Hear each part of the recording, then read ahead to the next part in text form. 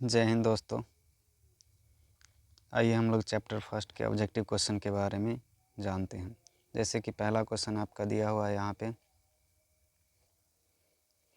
कि इनमें से कौन सा केवल एक बार अपने जीवन काल में पुष्प पैदा करता है। मतलब ऐसा कौन सा पौधा है जो एक बार पुष्प पैदा करता है, तो वो हो गया आपका बांस। इसका आंसर हो जाएगा बांस। ठीक है, चलिए नेक्स्ट क्वेश्चन देखते हैं। उससे पहले पीछे एक क्वेश्चन आपका रह गया। जैसे दूसरा नंबर क्वेश्चन कह रहा है ऋतुस्राव चक्र किस में होता है। मतलब यहाँ ऋतुस्राव होगा, नाम लिखा हुआ है, तो ऋतुस्राव चक्र किस में होता है, तो इन सभी जीवों में ऋतुस्राव चक्र होता है।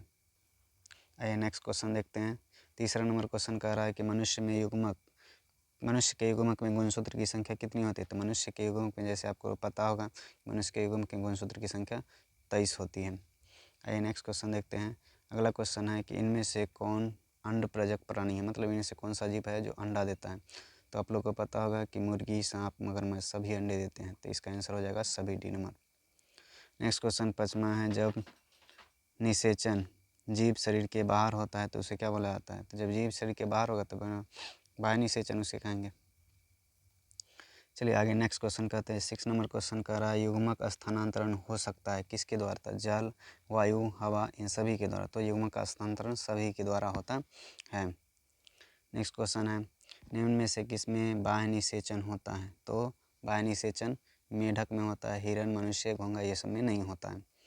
अगला क्वेश्चन आपका 8वां नंबर है, इनमें से किसमें जल के माध्यम से निषेचन होता है। तो शैवाल, टेरिडोफाइटा, ब्रायोफाइटा ये सभी पौधा जो है इसमें क्या होता है, तो जल के द्वारा निषेचन होता है। नेक्स्ट क्वेश्चन 9 नंबर का रहा है कि निम्न में से कौन उभयलिंगी पादप नहीं है। ठीक है, नहीं पूछ रहा है, तो इसका आंसर हो जाएगा पपीता। पपीता मेल और फीमेल पपीता अलग अलग होता है। नेक्स्ट क्वेश्चन 10 नंबर क्वेश्चन करा, अगेव में वर्धी प्रजनन किसके द्वारा होता है। तो अगेव में वर्धी प्रजनन बुलबिल के द्वारा होता है। नेक्स्ट क्वेश्चन अगला 11 नंबर क्वेश्चन कह रहा है कि इनमें से कौन सा जंतु उभयलिंगी नहीं है। मतलब नहीं कह रहा है क्वेश्चन में, तो जोंक, केचुआ, फीता कृमि ये सभी उभयलिंगी है, घरेलू मक्खी उभयलिंगी नहीं है। माफ़ी चाहूँगा, थोड़ा सा प्रॉब्लम आ गया था। चलिए आगे नेक्स्ट क्वेश्चन 12 नंबर कह रहा है कि शरीर से बाहर होने वाले निषेचन को क्या कहते हैं। तो शरीर से बाहर होने वाले निषेचन को इन विट्रो फर्टिलाइजेशन कहते हैं, और शरीर के अंदर होगा तो इन विवो फर्टिलाइजेशन। ठीक है, तो इसका आपका सही आंसर हो जाएगा आपका ए नंबर। ठीक है, नेक्स्ट 13 नंबर क्वेश्चन कह रहा है, जब नर और मादा गैमिट में युग्मन होता है, मतलब मिलता है, तो इसे क्या कहते हैं। तो जब नर और मादा गैमिट आपस में मिलेगा तो उसको लैंगिक प्रजनन कहेंगे।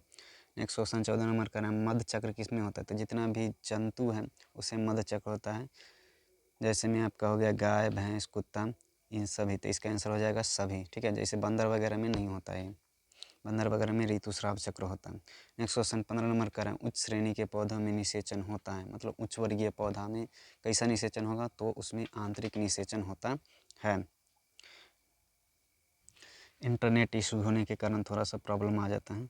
चलिए आगे नेक्स्ट क्वेश्चन कहते हैं। 16 नंबर क्वेश्चन कर रहा है, शल्ककंद का उदाहरण कौन है। तो शल्ककंद मतलब आपको शल्क आगे नहीं देखना है, कंद देखना है ओनली। कंद किसका उदाहरण है, तो ये प्याज कंद का उदाहरण है।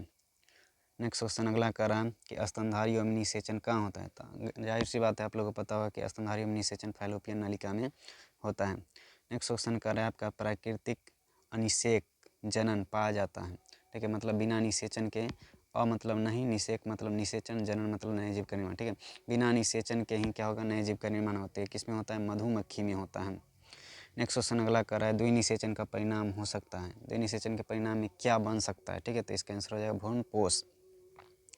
नेक्स्ट क्वेश्चन 20 नंबर क्वेश्चन कर रहा है, बीजाणुओं द्वारा, 20 नंबर आपका क्वेश्चन बोल रहा है कि बीजाणुओं द्वारा जनन करने वाले पौधे मार्स फर्न सामान्यतः किस समूह में आते हैं। तो मार्स फर्न ये सब सामान्यतः जो होता है क्रिप्टोगेम्स के अंतर्गत आते हैं। ठीक है, ये 21 नंबर क्वेश्चन कर रहा है, ये परिवर्तन जो लार्वा को वयस्क में परिवर्तित कर देते हैं उसको क्या बोला जाता है। तो इसको कायांतरण बोला जाता है। मतलब काया मतलब शरीर के रूप में परिवर्तित कर देता है, इसलिए कायांतरण बोला जाता है।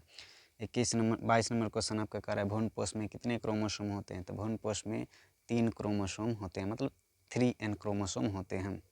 अगला 23 नंबर क्वेश्चन का, जब संतति की उत्पत्ति एकल जनक के द्वारा होता है तो उसे क्या कहते हैं। तो उसे अलैंगिक जनन कहते हैं।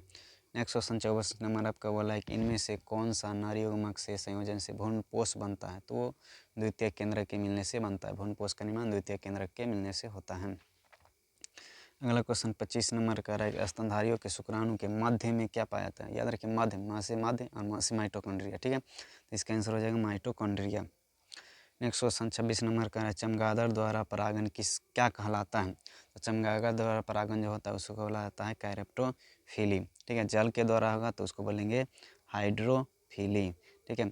और चींटी के द्वारा होगा तो उसको बोलेंगे एंटोमोफिली, और पक्षी के द्वारा होगा तो उसे ऑर्निथोफिली, ठीक है। तो इसका आपका सही आंसर कौन सा हो जाएगा, सी नंबर ऑप्शन हो जाएगा, कैरेप्टोफिली। नेक्स्ट क्वेश्चन अगला कह रहा है कि जनक समान जीव प्राप्त हो सकता है। जनक के समान जीव प्राप्त हो सकता है किससे, तो विखंडन से प्राप्त हो सकता है। नेक्स्ट क्वेश्चन 28 नंबर कर रहा है कि द्विखंडन किस में पाया जाता है, तो अमीबा और पैरामीशियम में द्विखंडन पाया जाता है। तो ए नंबर है अमीबा, बी नंबर है पैरामीशियम और सी नंबर जलकुंभी। जलकुंभी में नहीं होता, तो डी नंबर आपका ऑप्शन सही हो जाएगा। 29 नंबर क्वेश्चन कर रहा है कि मुकुलन द्वारा लैंगिक जनन किस में होता है, तो इष्ट कोशिका में क्या होता है, मुकुलन होता है, जैसा आप लोग को पता ही होगा। 30 नंबर क्वेश्चन कर रहा है इष्ट में प्रजनन मुख्यतः किसके माध्यम से होता है, तो इष्ट में प्रजनन जो होता है मुख्यतः मुकुलन विधि के द्वारा होता है। 31 नंबर क्वेश्चन कर रहा है कि युग्मक सामान्यतः एम किस प्रकार के होते हैं, तो युग्मक जो होता है हमेशा पता होगा हैप्लॉइड होता है, एक गुणित। 32 नंबर क्वेश्चन कर रहा है निम्नांकित में से किसमें पादप काय अगुणित होता है। अगुणित कहने का मतलब एन के फॉर्म में, ठीक है। तो शैवाल, कवक, ब्रायोफाइटा ये सभी में होता है। 33 नंबर क्वेश्चन कह रहा है कि अदरक में किसका प्रवर्धन अदरक में कायिक प्रवर्धन किसके द्वारा होता है, तो अदरक में कायिक प्रवर्धन राइजोम के द्वारा होता है, आप लोग को पता होगा। नेक्स्ट क्वेश्चन अगला करा है 34 नंबर की कंद किसका रूपांतरण है, तो कंद जड़ का रूपांतरण होता है। 35 नंबर क्वेश्चन कह रहा है निम्न में से कौन सा अगुणित है, तो अगुणित कह रहा है तो इसका आंसर हो जाएगा पराग, ठीक है। 36 नंबर क्वेश्चन कह रहा है कि इनमें से किसे बंगाल का आतंक कहा जाता है। बंगाल का आतंक जलकुंभी को कहा जाता है, जैसा आप लोग को पता है इसे यूरोप से लाया गया था।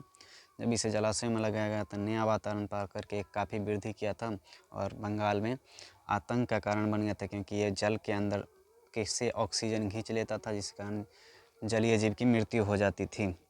चलिए नेक्स्ट क्वेश्चन 37 नंबर कर रहा है कि इनमें से कौन ठहरे हुए पानी में ऑक्सीजन खींच लेता है। जाहिर से आपको पता होगा, अभी ही बताएं, क्या हो जाएगा, जलकुंभी, ठीक है। तो ये हो गया आपका लगभग क्वेश्चन ख़त्म। इसका पार्ट 2 जल्द ही आएगा। जय हिंद।